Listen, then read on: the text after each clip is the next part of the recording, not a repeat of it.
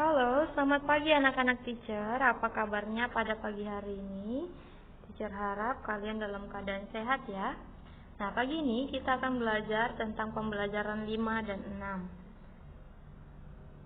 6. Tujuan pembelajaran kita pada pagi hari ini yang pertama adalah siswa dapat mencari informasi tentang jenis hewan langka negara-negara ASEAN. Kemudian yang kedua adalah siswa dapat melakukan apresiasi patung. Yang ketiga, siswa dapat menulis teks laporan hasil pengamatan. Lalu yang keempat, siswa dapat membuat komik tentang pelaksanaan sila Pancasila dalam pelestarian lingkungan. Nah, perhatikan bukumu halaman 102. Situ ada ayo membaca ya. Nah, tentang negara gajah putih. Negara gajah putih. Negara apakah yang dijuluki sebagai negara gajah putih? Negara yang dijuluki sebagai negara gajah putih adalah Thailand ya. Nih. Dalam sejarah Thailand, gajah juga turut berperan dalam perkembangan negara itu. Pada akhir 1500-an, gajah digunakan sebagai kendaraan perang melawan Burma, Malaysia, dan kerajaan Khmer demi melindungi kerajaan Thailand. Gajah merupakan hewan yang dianggap suci di Thailand.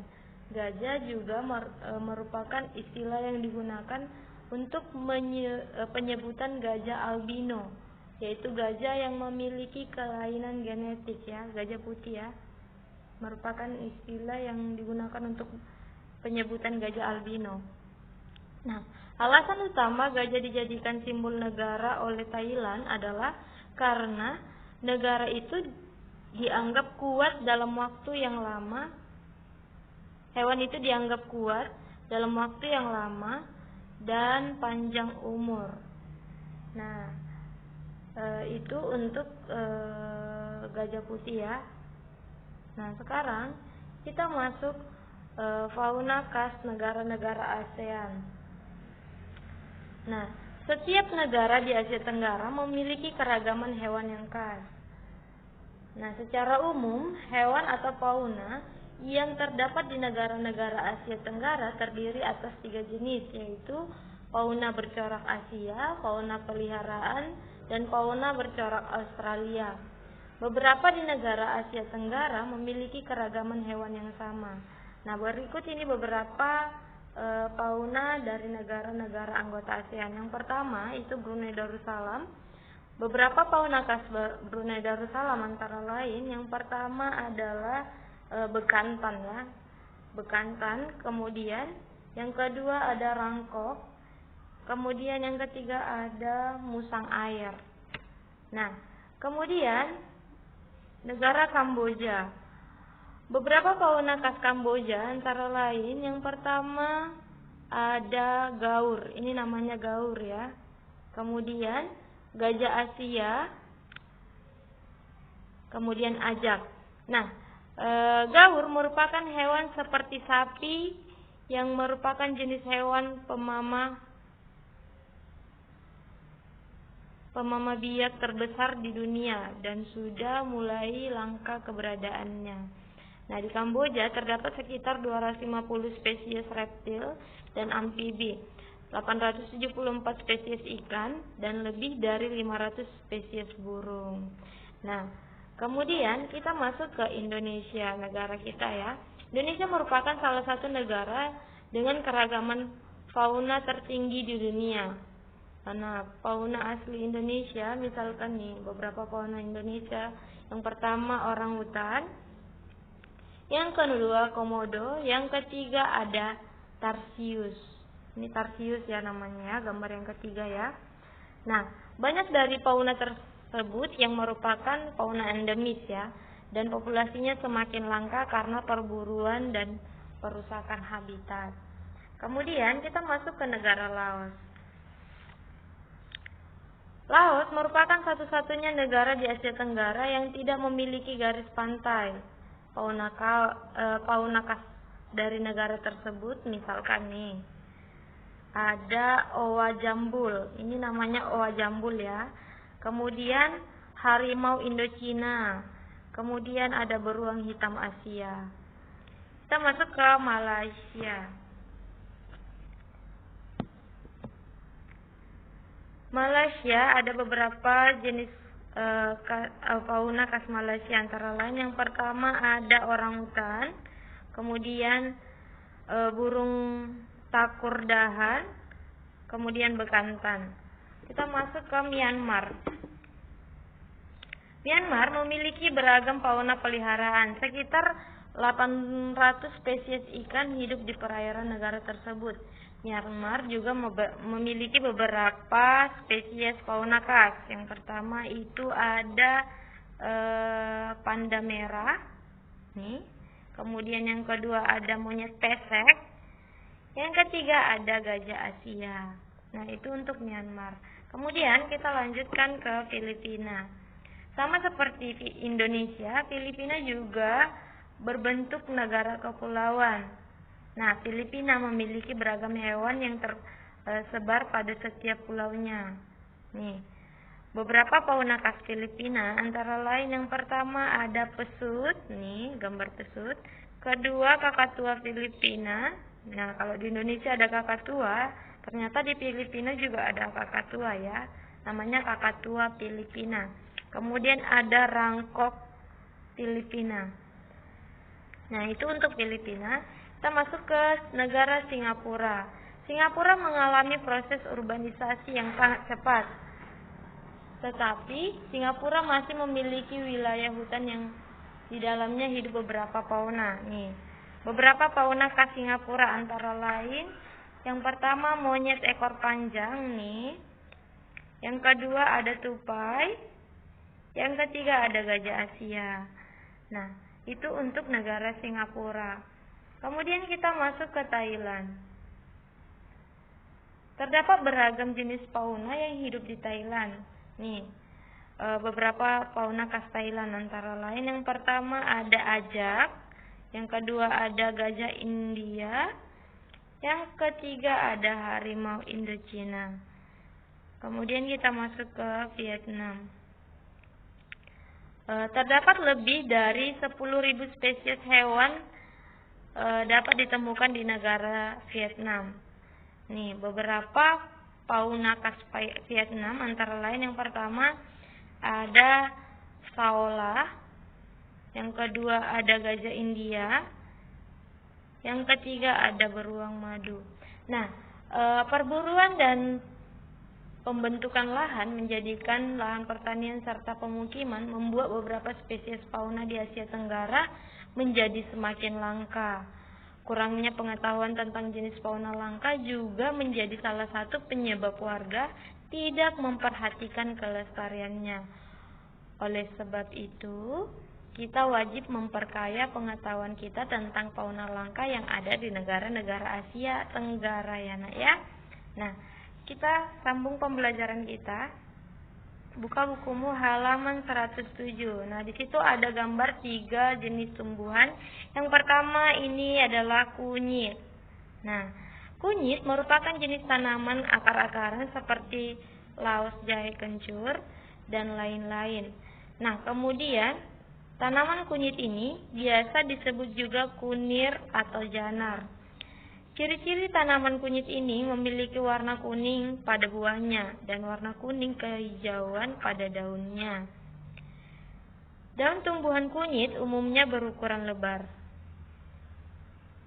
Kunyit dapat digunakan untuk bumbu masakan, pewarna alami, dan obat-obatan untuk menyembuhkan beberapa penyakit. Kemudian kita masuk ke gambar yang kedua, yaitu gambar daun pandan. Nah, daun pandan wangi pada umumnya dimanfaatkan untuk bahan pembuatan kue agar kue tersebut memiliki rasa yang wangi. Selain itu, daun pandan juga sering dijadikan campuran ketika menanak nasi ya. Nah, kita masuk ke gambar yang ketiga, ada buah bit. Nih, pada masa itu umum digunakan sebagai obat pencahar dan meringankan demam. Nah, ternyata buah bit ini dapat meringankan demam ya. Di masa sekarang ini buah bit sudah digunakan untuk beberapa keperluan. Lebih dari sekedar konsumsi, zat pewarna dapat dihasilkan dari buah bit. Nah, itu untuk 3 gambar yang ada di bukumu halaman 107. Kemudian kita diajak untuk menulis teks laporan pengamatan. Nah, teks laporan hasil pengamatan merupakan tulisan yang dibuat berdasarkan hasil penelitian atau pengamatan secara langsung. Ini sudah pernah teacher jelaskan di pembelajaran sebelumnya tentang menuliskan laporan teks laporan pengamatan. Nah, kemudian sebelum menulis laporan hasil pengamatan harus diperhatikan waktu, tempat, suasana, hingga proses dari objek yang diamati. Nah, kemudian laporan yang dibuat harus berdasarkan fakta, bukan hayalan. Ini sudah teacher bilang kemarin bahwa suatu laporan berisi informasi tentang satu hal atau kejadian yang diamati ya. Berarti ini berdasarkan fakta dan sumber pada data-data yang akurat. Tidak hayalannya kita membayangkan, bukan ya, tetapi dia disertai dengan suatu hal atau kejadian yang diamati berdasarkan bukti yang akurat ya. Kemudian laporan yang dibuat harus menggunakan kata baku dan kalimat efektif. Nah, itu untuk menuliskan teks laporan hasil pengamatan. Nah, coba amati gambar berikut ini. Ini ya, teacher menyuruh kamu mengamati secara langsung ya, bukan menghayal, tapi mengamati secara langsung apa yang ada dalam gambar berikut ini. Nah, kemudian ayo kita belajar membuat teks laporan hasil pengamatan berdasarkan informasi gambar yang sudah diamati. Nah, di sini berdasarkan gambar yang diamati tentukanlah 1. Nama kegiatan. Di sini kita mengamati apa? Mengamati sebuah gambar peternakan ya, misalkan ya. Kemudian yang kedua, lokasi pengamatan. Nah, buat lokasi pengamatan kamu, nggak mungkin dong kamu buat di peternakan kan? Buat posisi kamu sekarang, yaitu di rumah. Kan kamu sedang mengamati gambar yang teacher buat. Nah, kemudian waktu pengamatan. Waktu pengamatan kamu buat jam 9.30. Kita samakan ya. Waktu pengamatannya jam 9.30. Nah, objek pengamatan ini adalah gambar ya. Hasil pengamatan, apa yang kamu hasilkan dari pengamatan berikut. Nah, di sini kamu uraikan. Ada beberapa jenis hewan ternak seperti kambing, kucing, kelinci, sapi. Nah, ada banyak lagi ya. Nah, di situ kamu jelaskan apa-apa saja yang ada pada gambar berikut ini. Kamu amati terus tumbuhan apa yang ada. Nah, sampai situ teacher harap kamu paham tentang mengamati laporan, membuat teks laporan hasil pengamatan ya. Nah, sekarang kita masuk membuat komik tentang pelaksanaan nilai-nilai Pancasila dalam pelestarian lingkungan. Nah, komik adalah cerita bergambar yang disusun dari gambar-gambar tidak bergerak sehingga membentuk satu cerita yang mudah dipahami. Nah, pada pembelajaran kali ini kita diajak untuk membuat komik tentang pelaksanaan nilai-nilai Pancasila dalam pelestarian lingkungan. Nah, ini boleh dilakukan menggunakan pensil ya. Kita diajak untuk berimajinasi. Di sini kita baru diajak berimajinasi. Kalau tadi untuk menentukan laporan hasil pengamatan kita tidak diperbolehkan untuk menggunakan imajinasi, lalu di sini dalam membuat komik kita dibutuhkan sebuah imajinasi ya. Kita membayangkan apa yang akan kita ide apa yang akan kita buat dalam komik yang akan kita buat. Misalkan teacher buat sebuah contoh nih. Ini ada komik yang teacher ambil dari internet. Nah, di sini ada seekor burung jatuh. Nah, teacher apa ya? Lalu seorang anak ada seekor burung yang jatuh, lalu seorang anak melihatnya, lalu mengembalikannya ke dahan yang ada sangkar burungnya. Nah, di sini ini merupakan komik yang sesuai dengan pelaksanaan nilai Pancasila ya, yaitu kita diajak untuk melindungi hewan yang ada di sekitar kita. Nah, itu untuk menulis atau membuat komik tentang pelaksanaan nilai-nilai Pancasila.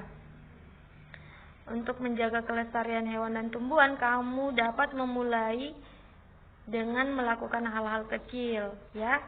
Nah, misalkan kamu membuat komik tentang membuang sampah di tempat sampah, atau kamu membuat komik tentang menjaga kebersihan lingkungan. Nah, ini tujuannya supaya apa? Supaya kita dapat mengetahui nilai-nilai Pancasila dalam kehidupan kita sehari-hari ya.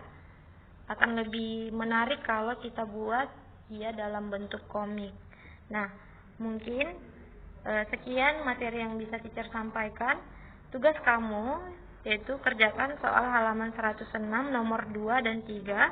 Kemudian yang kedua kerjakan soal halaman 110 nomor 1 dan 2. Mungkin sekian yang bisa teacher sampaikan pada pagi hari ini. Teacher harap kalian mengerti dan paham tentang pokok pembahasan yang kita pelajari hari ini. Terima kasih. Sampai bertemu di pembelajaran selanjutnya. Tuhan Yesus memberkati.